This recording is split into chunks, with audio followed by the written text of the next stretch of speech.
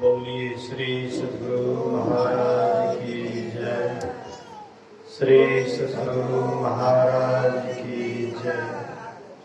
श्री सद्गुरु महाराज की जय।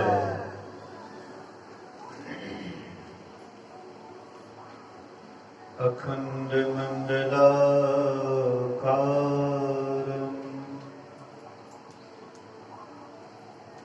व्याप्तं येन चराचरं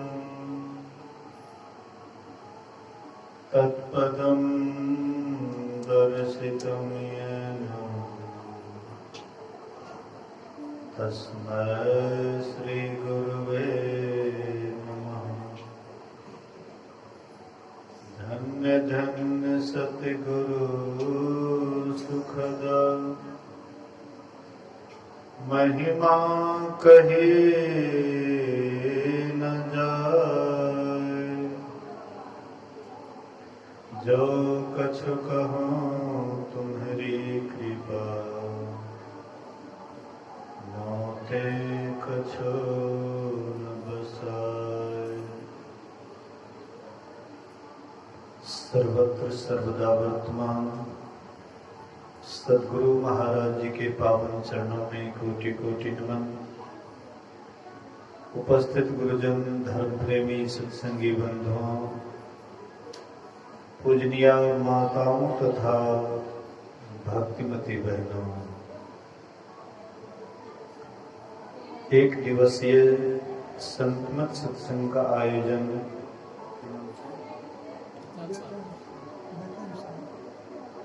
बेचन शाह जी के निवास स्थान पर रखा गया है। अभी हम लोग अपराह्नकालीन सत्संग में उपस्थित हैं।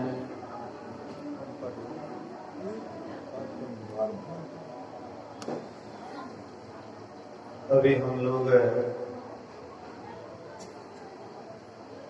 एक बच्ची के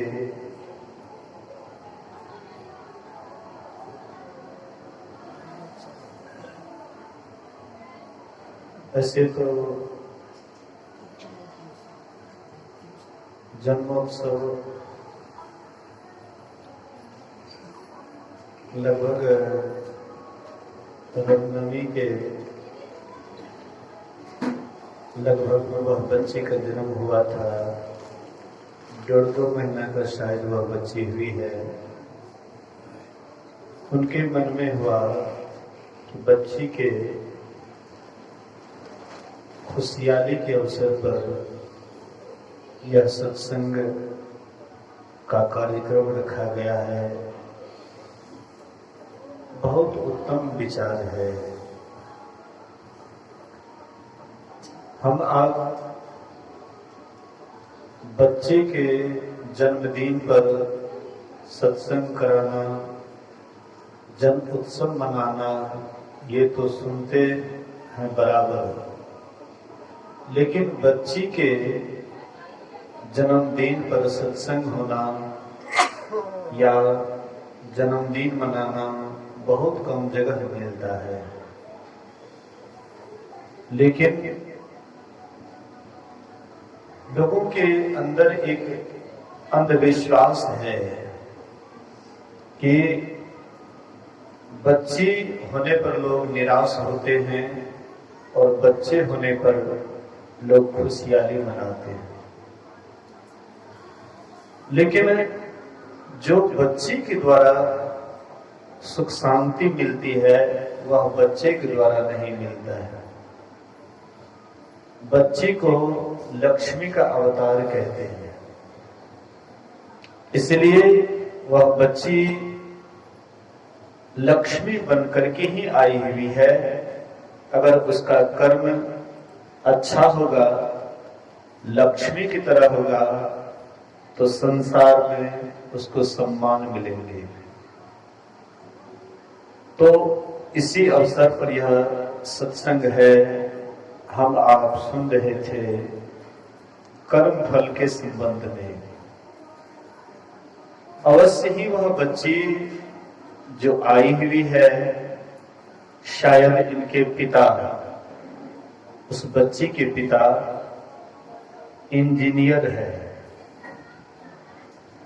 अब बाप, उनके पिता इंजीनियर, नौकरी करने वाले, और उस अच्छे परिवार में, नौकरी वाले परिवार में, जिससे कि बच्ची को हर तरह की सुविधा मिलेगी, ये भी उनके कर्म का ही फल है। अच्छे कर्म होने के ही कारण वह बच्ची एक नौकरी वाले की यहां जन्म ली है। सबका अपना अपना कर्म होता है। हम आप जिस तरह का कर्म करते हैं, आगे हम आपको वही प्रारब्ध बन करके मिलता है। इसलिए किसी ने कहा है, प्रारब्ध पहले रचा, पीछे रचा शरीर। प्रारब्ध की रचना पहले हो जाती है, बाद में शरीर की रचना होती है।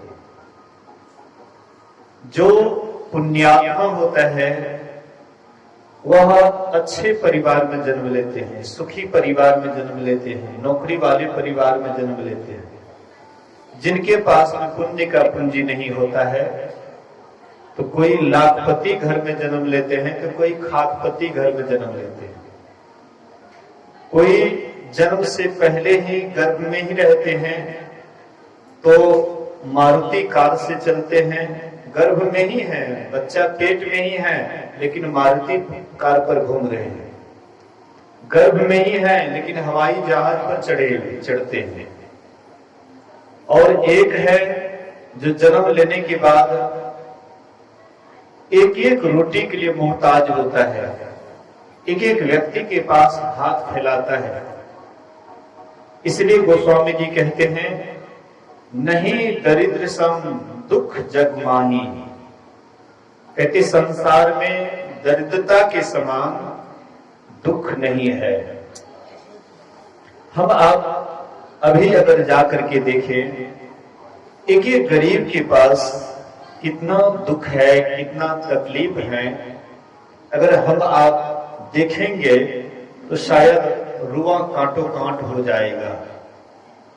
जो गरीब आदमी है, कोई उसको रोग व्याधि हो जाता है, कोई विशेष कष्ट हो जाता है, दम घूट घूट करके वे शरीर छोड़ते हैं। लेकिन वही है जिनके पास में किसी तरह का अभाव नहीं है, संसारिक पदार्थ का अभाव नहीं है, ऐसे व्यक्ति परमात्मा में भी आगे बढ़ते हैं। बाबा देवी साहब से जब गुरु महाराज जी मिले थे, तो गुरु महाराज जी से कहते, बाबा देवी साहब तुम कैसे जीवन बिताना चाहते हो? तो गुरु महाराज जी बोले, तुलसी सिस्टम से। बाबा देवी साहब फटकारते हैं, कहते हैं संत मत भीख मांग करके नहीं कहता है खाने के लिए, स्वावलंबन जियो, मेहनत की कमाई करो। गुरु महाराज जी कहते हैं, मेहनत करूंगा, कब होगा नहीं होगा, जीवन क्षणभंगुर है, पता नहीं कब छूट जाएगा। बाबा देवी साहब कहते, तू मेरा गुरु बनने के लिए चला है, 100 वर्ष जी जाएगा तब क्या खाएगा? 100 वर्ष अगर तुम जी जाओगे तो क्या खाओगे? इसलिए केला लगाओ, बांस लगाओ। गुरु महाराज जी मेहनत किए, केला लगाए, बांस लगाए, कुछ वर्ष बच्चे लोगों को भी पढ़ाए, उससे आमदनी हुई, थोड़ा मेहनत किए, और धीरे धीरे गुरु महाराज जी अभी देख रहे हैं इस हालत में। मतलब संत महापुरुष कहते हैं, जब केला बांस लगाए गुरु महाराज जी, अब बाबा देवी साहब के पास जब गए थे, तो बाबा देवी साहब बोले कि तुमको अब संसार की, संसारिक अब तुम्हें चिंता नहीं है, अब पेट की तुम्हें चिंता नहीं है, अब तुम्हारे लिए परमार्थ बचा है, अब परमार्थ की भी व्यवस्था तुमसे हो जाएगा। अगर पेट की व्यवस्था नहीं रहने पर हम अब जब ध्यान पर बैठेंगे तो पेट पर ही ख्याल रहेगा कि क्या खाएंगे। इसलिए गोस्वामी जी कहते हैं, नहीं दरिद्र सम दुख जग माही। संसार में दरिद्रता के समान कोई दुख नहीं है। तब आप कहिएगा तो फिर सुख भी होना चाहिए। जब दरिद्रता के समान कोई दुख नहीं है तो कौन ऐसा सुख है जिसके सामने सब सुख फीका है। तो फिर उसी में कहते हैं संत मिलन सम सुख कछु नहीं। कहते हैं संतों के मिलन के समान, महापुरुषों से मिलन के समान, सत्संग के समान संसार में दूसरा सुख भी नहीं है। जो भी आज तक सत्संग किए उनका जीवन आनंद से खिल गया है। आज यही बच्ची है, अच्छी माहौल में पलेगी, सत्संग वाला माहौल में पलेगी, माता पिता उनके सत्संगी होंगे, माता पिता धर्म से आस्था रखने वाले होंगे, धर्म से प्रेम रखने वाले होंगे, माता पिता अच्छे चाल चलन वाले होंगे, माता पिता सदाचारी शिष्टाचारी सुचाचारी होंगे। वह बच्ची स्वाभाविक ही वह अच्छी चाल चलन वाली होगी और वही खानदान को रोशन करेगी। इसलिए संत महापुरुष कहते हैं इसके लिए माता पिता को भी सुदृढ़ होना चाहिए। वेद में है आपको अगर राम के समान पुत्र चाहिए, लक्ष्मण के समान पुत्र चाहिए, भरत शत्रुघ्न के समान पुत्र चाहिए, तो आपको सबसे पहले सदाचारी स्वयं बनना पड़ेगा। लेकिन हम आप करते क्या है आजकल, बड़े चालाक हैं। हम लोग सोचते हैं कि हम कोई कहीं भी चाल चले, हम शराब पीते लेकिन मेरा बच्चा शराब नहीं पीना चाहिए, मैं खैनी खाता हूं लेकिन मेरा बच्चा खैनी नहीं खाना चाहिए, मैं और कुछ भी करता हूं लेकिन मेरा बच्चा ऐसा नहीं होना चाहिए। लेकिन ये कब संभव है? माता पिता जिस चाल चलन के होंगे बच्चा भी उसी चाल चलन के होंगे। इसलिए माता पिता को स्वयं ही सदाचारी जीवन बिताना चाहिए।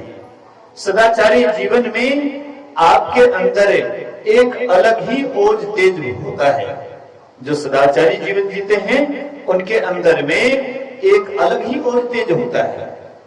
सदाचारी व्यक्ति को किसी बात की चिंता नहीं होती है कि हम शरीर छोड़ेंगे तो कहां जाएंगे, क्योंकि वे सदाचारी हैं, वे अच्छे चाल चलन वाले हैं। इसलिए उसको किसी का भय भी नहीं रहता, किसी का डर भी नहीं रहता।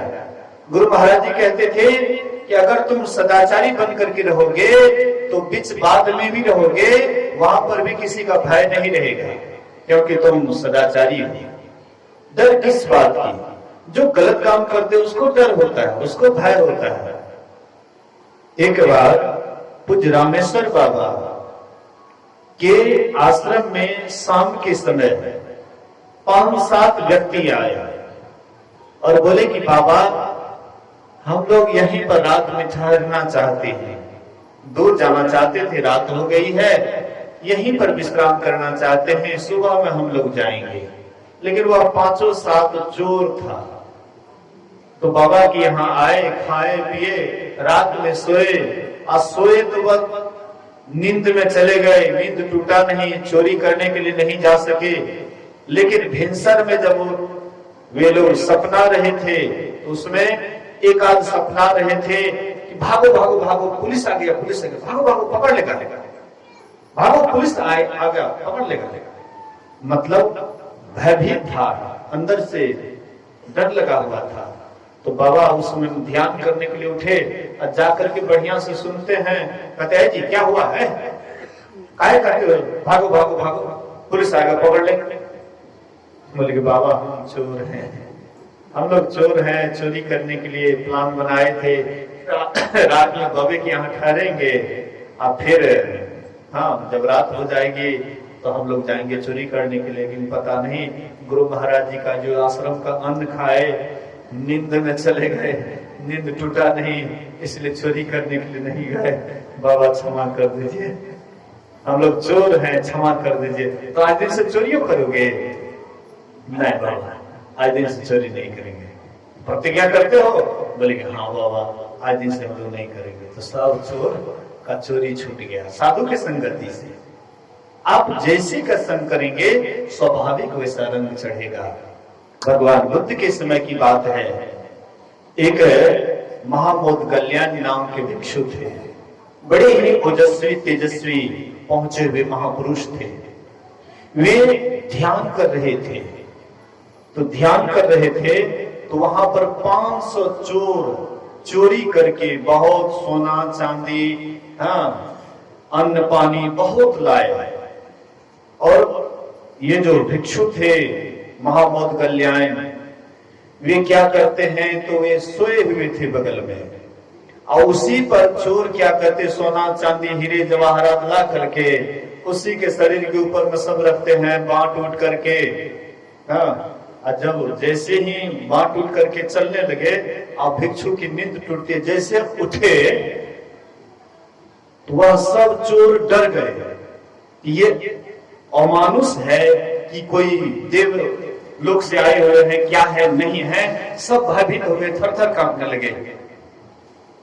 तो महामौदगल्यायन कहते हैं कि तुम लोग डरो मत, मैं कोई अमानवीय नहीं हूं, मैं भी मनुष्य हूं, मैं भी भिक्षु हूं। बोले कि आप इतना शांत क्यों हैं?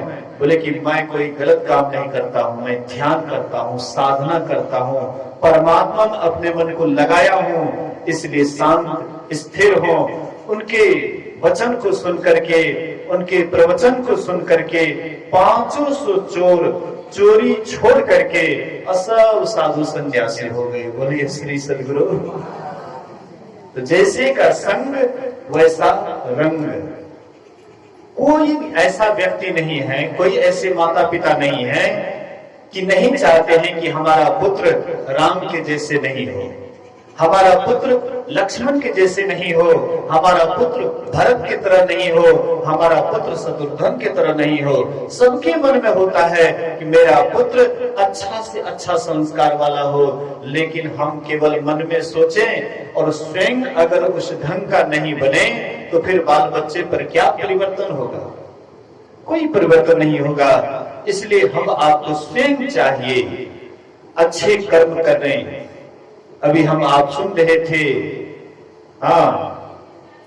राम लक्ष्मण और सीता जी ये श्रृंगवेरपुर में आए। गोहड़ीशाद जो राम के परम मित्र थे, उनके स्वागत के लिए हर तरह से स्वागत करते हैं और पत्ते के बिछोने पर सोने के लिए बिछावन देते हैं। राम और सीता उस पर विश्राम करने लग जाते हैं। लक्ष्मण और गोहड़ीशाद रात्रि बिताना है, इसलिए उस समय में रात्रि बिताने के क्रम में बातचीत करते हैं। कहते आहा, कैकेयी को ऐसा नहीं करना चाहिए, ये भरी जवानी में वनवास नहीं देना चाहिए।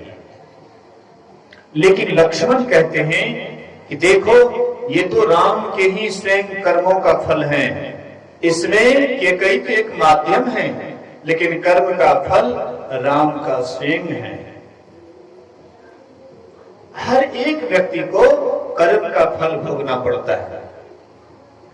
इसलिए संत पलटू साहब कहते हैं, अपनी अपनी करनी अपनी अपनी साथ, अपनी अपनी साथ करे जो आगे आवे, बाप के करनी बाप, पूत के पूते पावे, जोड़ू के जोड़ू ही फले, खसम के खसम को फलता, अपनी करनी सेती जीव सब पार उतरता, नेकी बनी है दोई और न संगी कोई, देखो बूझ बिचारी संगिए जई है दोई, पलटू करनी और की नहीं और के साथ, अपनी अपनी करनी अपनी अपनी साथ। तुलसी यह तन खेत है, मन वच कर्म किसान, पाप पुण्य दोई बीज है, बूने सो लूने निधान। कहते हैं यह शरीर क्या है, ये मनुष्य का शरीर क्या है? कहते हैं ये खेत है, खेत। हम आप जो जिसका खेत है उसमें हम आप फसल लगाते हैं, और जिसका फसल होता है वही काटते हैं। जिसका खेत होता है, जिसका फसल होता है, वही काटते हैं। अब किसान किसानी करते हैं। तो हमारा ये जो शरीर है ये भी खेत है, और इसमें भी हम आप बीज लगाते हैं। इसमें भी किसान है तीन, मन, वचन, कर्म। ये तीन किसान है। मन से, वचन से, शरीर से, ये तीन तरह से कर्म करते हैं, इसलिए तीन किसान हैं और दो बीज हैं।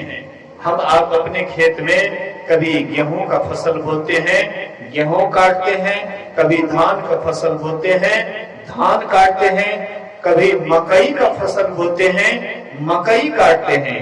मतलब जैसा बीज बोते हैं उसी तरह का फसल काटते हैं, और जितना बोते हैं उतना ही नहीं काटते हैं, बल्कि 10 गुना अधिक हो करके उपज करके आता है आपके जीवन में।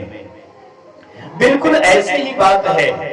हम आप जब पुण्य करते हैं उसका भी 10 गुना बन करके हमारे सामने में सुख बन करके आता है, और जब हम पाप करते हैं तो पाप का भी फल 10 गुना अधिक बन करके हमारे सामने में आता है। जब पुण्य हमारे सामने में आता है तब हम अपने सहनशीलता को भूल जाते हैं, अपनी सदाचारता को भूल जाते हैं। जैसे दुर्योधन को जब धन मिला तो दुर्योधन पगला गए। भगवान कृष्ण स्वयं गए उससे कहने के लिए कि देखो, पांडवों को कम से कम आधा राज्य दे दो, लड़ाई मत करो।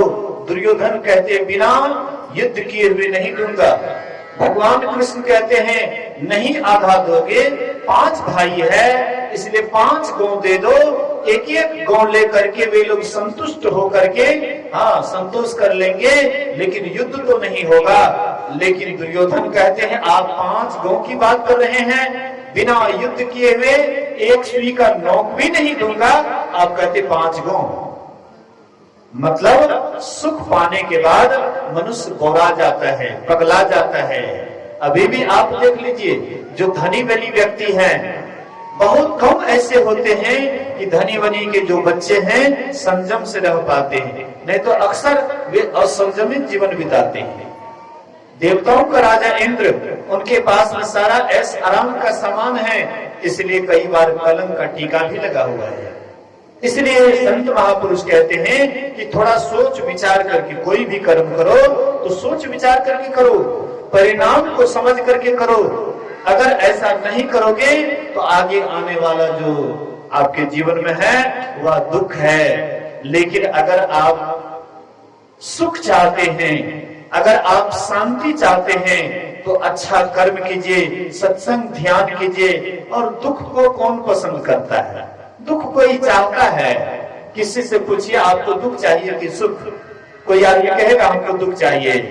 कोई वैसे संसार में नहीं है कि कहेंगे हमको दुख चाहिए, लेकिन करेगा कर्म दुख वाला। कहते हैं करे बुराई सुख चहे, कैसे पावे कोई, रोपे पेड़ बबूर का तो आम कहां से होए। हम अगर बबूल का पेड़ लगाए हैं तो उसमें फली होगा, कांटा होगा, लेकिन उससे अगर आम की आशा किया जाए तो आप आशा में ही रहेंगे, कभी फल नहीं मिलेगा। लेकिन हाँ, आम का अगर पेड़ लगाए हैं तो एक दिन जरूर है कि फल फलेगा, मीठा मीठा फल फलेगा, आपके मन को पूरा संतुष्ट करेंगे। इसी तरह से कर्म करने से पहले सोचिए, थोड़ा सा विचारिए, उसके बाद कदम बढ़ाइए। अगर सोच विचार करके कीजिएगा, कहते हैं हड़बड़ा करके जो कोई कर्म करते हैं बाद में उसको पछताना पड़ता है। इसलिए अनुचित उचित काज कछु हो, समुझी करिए भल कह सबको, असहसा करी पाछे पछताहे, कहाही वेद बुध ते बुध नाही। भगवान राम आगे चल करके, भगवान राम, लक्ष्मण, सीता, ये सब वनवास में पंचवटी में निवास कर रहे थे। और जब भरत को मालूम होता है कि राम जी वन को चले गए हैं, उसकी मां कैकेयी कहती बेटा हर तरह से तुम्हारा काम बन गया है, इसलिए अब राम वनवास गया है और तू ही एक भावी राजा है, इसलिए तुम आराम से राज्य करो और मैं तुम्हारे लिए सब बात बनाई हूं। भरत जी जब सुनते हैं मेरे कारण भैया राम वनवास चले गए, भैया रहेंगे वनवास में और मैं यहां पर ऐसे आराम में रहूंगा, ये कभी नहीं हो सकता है। इसलिए मां को बहुत अपशब्द बोले, मां को जो नहीं कहना चाहिए सो सो कह दिए कैकेयी को। और उसके बाद गुरु वशिष्ठ जी के पास गए और बोले कि गुरुदेव मुझे भैया राम को मनाने के लिए चलना है जंगल, ये मेरी प्रबल इच्छा है। वशिष्ठ जी कहते हैं कि देखो तुम्हारे पिता का आदेश था राम को वनवास और तुमको राज टीका। बोले कि हमारे पिताजी उस समय मजबूर होंगे, इसीलिए मैं इसको नहीं मान सकता हूं। मैं जब तक भैया को नहीं लौटाऊंगा मेरा मन संतुष्ट नहीं होगा, इसलिए मैं आपके चरणों में प्रार्थना करता हूं, मेरी प्रार्थना को आप स्वीकार करें और हमें आदेश दें कि भैया को हम सब मिल करके जाएंगे मनाने के लिए। प्रेम, भरत के विह्वल प्रेम को देख करके गुरु वशिष्ठ भी कहते वाह तुम्हारे अंदर भी इतना राम के प्रति प्रेम है, ठीक है जब तुम्हारे अंदर यही बात है तो ठीक है चलो हम सब चलेंगे, तुम्हारे साथ हम सब भी चलेंगे। जैसे सुने अयोध्या वासी कि भरत जी जा रहे हैं राम को मनाने के लिए, कोई भी अयोध्या में रहने के लिए तैयार नहीं था। सब कोई कहते थे कि हम भी जाएंगे, हम भी जाएंगे। पूरे अयोध्या वासी, बहुत कम ही लोग उस राज्य के लिए राज्य में रहे, घर के देखभाल के लिए रहे, बाद बाकी निकल गए। जैसे बाढ़ का जब समय आया था तो बाढ़ के समय में जहां पर बाढ़ था वहां पर एक आध आदमी रहते थे, बाद बाकी परिवार को मतलब अच्छा सुरक्षित जगह में ले जा करके रखने लगे। ये तो डर से हुआ, लेकिन वे लोग स्वेच्छा से राम से स्नेह होने के कारण सब कोई चलने लगे। पूरे दलबल के साथ भरत जी चलते हैं। राम जी जब जा रहे थे यहाँ से, बैसाख जेठ की गर्मी थी, एकदम चिलचिलाती गर्मी, और वह गर्मी में राम जी जा रहे थे। लेकिन जब वही जगह पर भरत जी जा रहे थे तो बादल छाया बन करके आहा भक्त जा रहे हैं भगवान के पास, भक्त जा रहे हैं भगवान के पास। इसलिए भक्त को कोई कष्ट नहीं होना चाहिए, दुख नहीं होना चाहिए। इंद्र बीच में थोड़ा सा कुचाल चलने का कोशिश किए कि ये जा रहे हैं राम को मनाने और भरत के अंदर इतना प्रेम है कि लगता है ये राम को मना करके ही छोड़ेंगे। इसलिए कोई ऐसा चाल चले ताकि दोनों का भेद ही नहीं हो।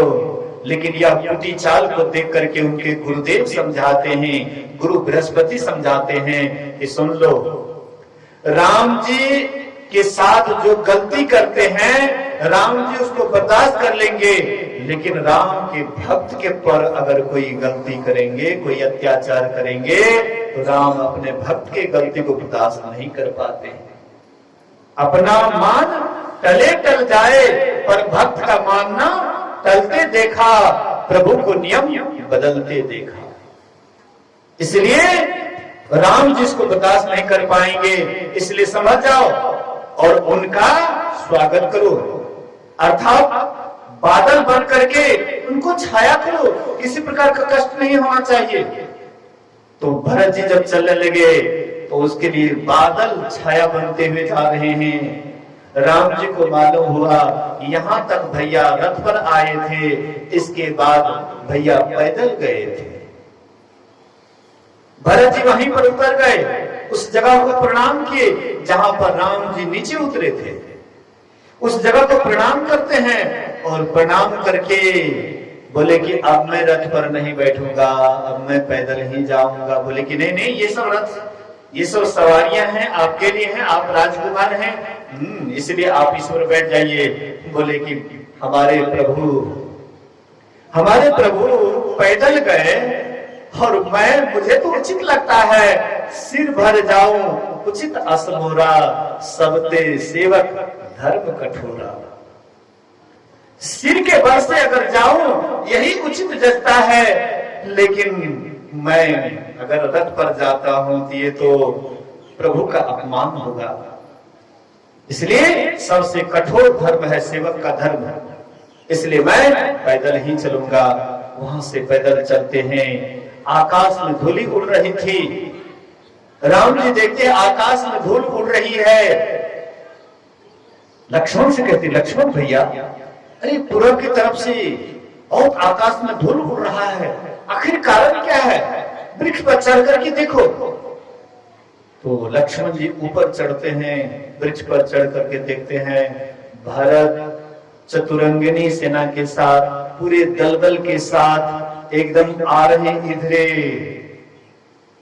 लक्ष्मण उतरे और बोले कि भैया आज मैं भरत को नहीं छोड़ूंगा, आज पूरे भरत के दल बल को, चतुरंगिनी सेना को अगर अकेले रणभूमि में नहीं सबको सुला दिया तो मेरा नाम लक्ष्मण नहीं। अगर हजारों शंकर भी आएंगे बचाने के लिए तो राम जी की दुहाई, मैं आज भरत को पूरे दलबल के साथ रण क्षेत्र में सुला दूंगा। इसलिए भैया मुझे आशीर्वाद दीजिए, मैं जा रहा हूं धनुष्मान लेकर के। जैसे ही दो चार डेग बढ़ाते हैं, आकाशवाणी होती है, आकाशवाणी होती है, अनुचित उचित काज कछु हो, समुझी करिए भल कह सबको, सहसा करी पाछे पछताहि, कहि वेद बुध ते बुध नाही। अनुचित हो या उचित हो, अच्छा हो या बुरा हो, लेकिन सोच समझ करके करना चाहिए। अनुचित उचित काज कछु हो, समुझी करिए भल कह सबको। सभी कहते हैं कि नहीं ये भले आदमी अच्छा कर्म करते हैं। असहसा करी पाछे पछताई, जो हड़बड़ा करके कोई काम कर डालते हैं उसको बाद में पछताना पड़ता है। जैसे ही आकाशवाणी को सुने लक्ष्मण सहम जाते हैं और राम जी लक्ष्मण को बुलाए, बोले कि आओ लक्ष्मण, आओ बैठो, तुम भरत को नहीं जानते हो क्या? तुम सोचते हो कि भरत को अयोध्या का राज्य मिल गया तो भरत को राजमत हो गया? अरे लक्ष्मण तुम नहीं जानते हो, मैं जानता हूं भरत को। भरत ने अयोध्या का राज्य किया, ये भरत को अगर पूरा तीनों लोक का भी राज्य अगर मिल जाएगा तो भरत इतने बड़े ज्ञानी हैं कि कभी उसको राजमद हो ही नहीं सकता है। जो आत्मज्ञानी होता है लक्ष्मण, उसको कभी भी राजमद कभी नहीं होता है। भरत है आत्मज्ञानी, भरत मेरी आत्मा है, आत्मा। मुझ में और भरत में कोई अंतर नहीं है, मेरी आत्मा भरत है। मैं तो अपने प्राण से भी ज्यादा भरत को चाहता हूं। भरत को तुम नहीं जानते हो, महाज्ञानी है भरत।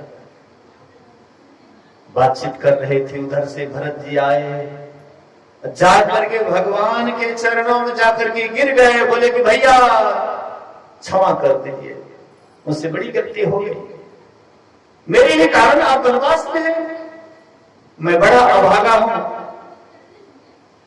मैं अभी तक आपके दुख को देख रहा हूं। हे परमात्मा, ये कैसे मुझसे सहन हो रहा है, भैया क्षमा कर दीजिए। राम भगवान कहते भरत, मैं तुमको खूब गहराई से जानता हूं, तुम्हारे अंदर थोड़ा सा भी मैल नहीं है, लेकिन क्या करोगे भरत, ये तो विधि का विधान है, विधि का यही विधान मंजूर था, इसलिए हम दोनों भाई को, एक को राज्य एक को वनवास। इसलिए भरत, जिसको जो भार मिला है हम सब भाई मिलजुल करके उस भार को उठाना चाहिए। बोले कि नहीं भैया, ये तो नहीं हो सकता है, मैं राज्य करूंगा, आप वनवास में रहेंगे, ऐसा नहीं होगा। इसलिए आप जाइए, लक्ष्मण के साथ आप जाइए और मैं शत्रुघ्न के साथ वनवास में रहूंगा। बोले कि नहीं, पिताजी का अंतिम आज्ञा, अंतिम आज्ञा था कि भरत को राजटिका और राम जी को 14 वर्ष के लिए वनवास। इसलिए पिताजी स्वर्ग सिधार गए, लेकिन वहां पर भी उनको पश्चाताप ना हो, इसलिए भैया सब भाई मिलजुल करके जो जो जिनको मतलब पिताजी आदेश दें वही करना चाहिए। प्रेम से राम जी समझा बुझा करके भरत को राजी किए, बोले कि ऐसे तो नहीं जाएंगे, आपका कुछ नमूना चाहिए जिसको देख करके 14 वर्ष तक मैं रहूंगा। भगवान राम अपना खड़ाऊं दिए, खड़ाऊं को सिंहासन पर रख दिए और अपना नंदी ग्राम में राम जी जमीन पर सोते हैं, इसलिए एक बित जमीन से नीचे गड्ढा खुदवा दिए कि राम के बराबर, भैया के बराबर मैं कैसे सोऊंगा। जटाजुट जैसे राम जी वनवास में बनाए हुए थे, वैसे भरत भी जटाजुट बना लेते हैं और नंदी ग्राम में एक बिट नीचे में सोते हैं। राम जी फल फूल कंदमूल खाते थे, इसलिए भरत भी राजभोग का त्याग कर दिए और कंदमूल फल खा करके 14 वर्ष तक अपना जीवन निर्वाह किए, बिताए।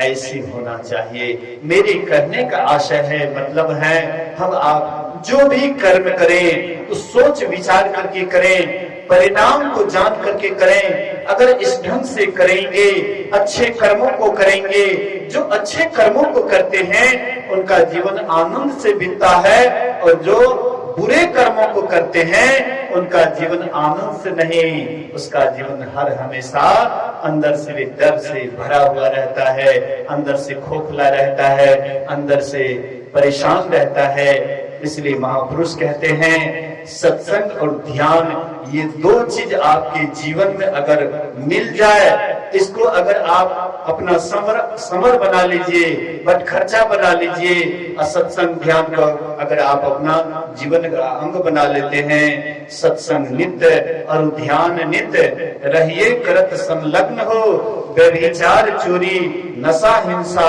झूठ करना चाहिए। गुरु महाराज जी का अंतिम वाक्य है कि सत्संग रोज रोज करो, ध्यान रोज रोज करो और 5 पाप से बराबर बच करके रहो। अगर इस ढंग से रहेंगे हमारा इहलोक और परलोक दोनों जीवन सवरेगा। 5 बजे तक था, 5 बजे करके 6 मिनट हो गया है। अब आगे संचालक के आज्ञा के अनुसार चलेंगे। बोलिए श्री सद्गुरु महाराज की जय। जिस बच्चे के नाम पर यह सत्संग करवाए हैं, मैं गुरु महाराज जी की ओर से वह बच्ची को गुरु महाराज जी की ओर से आशीर्वचन करता हूं कि वह बच्ची पढ़े लिखे, अपने गुरुजनों का सेवा करे, अपने देश के प्रति भी वफादार रहें और ईश्वर की भक्ति करते हुए ईश्वर परमात्मा के पास चले जाएं। इसी शुभकामना के साथ बोलिए प्रेम से श्री सद्गुरु महाराज की जय।